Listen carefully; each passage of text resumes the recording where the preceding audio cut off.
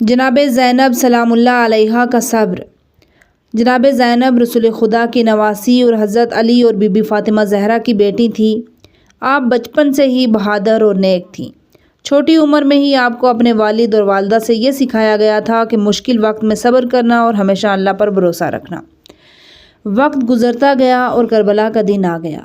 امام حسین اپنے خاندان اور ساتھیوں کے ساتھ اللہ کے دین کو بچانے کے لیے کھڑے ہوئے۔ جناب زینب بھی اس سفر میں اپنے بھائی کے ساتھ تھیں۔ کربلا میں حالات بہت سخت تھے۔ پانی بند کر دیا گیا تھا۔ چھوٹے چھوٹے بچے پیاس سے بلک رہے تھے۔ خیموں میں عورتیں پریشان تھیں، لیکن حضرت زینب سب کو حوصلہ دیتی رہی۔ وہ بچوں کو گود میں لیتی، انہیں دلاسا دیتی اور کہتی، ہمت رکھو، اللہ ہمارے ساتھ ہے۔ پھر عاشور کا دن آیا۔ ایک ایک کر کے امام حسین کے ساتھی شہید ہو گئے۔ پھر امام حسین بھی میدان میں گئے، شہید ہو گئے۔ خیموں میں سب عورتیں اور بچے رونے لگے، لیکن جناب زینب نے سب کو سنبھالا۔ دشمنوں نے خیموں کو جلایا اور عورتوں اور بچوں کو قید کر کے کوفہ اور پھر شام لے گئے۔ یہ سفر بہت مشکل تھا۔ چھوٹے بچے بھوکے پیاسے تھے، لیکن جناب زینب سب کی ماں بن کر ان کی دیکھ بھال کرتی رہیں۔ خود بھوکی اور پیاسی رہیں، لیکن مگر دوسروں کو حوصلہ دیتی رہی۔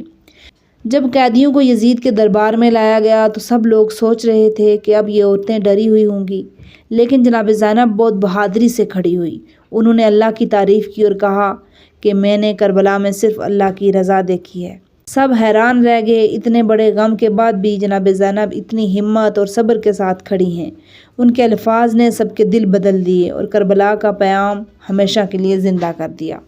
اس کہانی سے ہمیں یہ سبق ملتا ہے کہ جناب زینب نے دکھایا کہ مشکل وقت میں رونا نہیں اور ہار ماننا نہیں چاہیے، بلکہ صبر اور ہمت سے کھڑے رہنا چاہیے۔ اللہ پر بھروسہ کرنے سے دل کو سکون ملتا ہے۔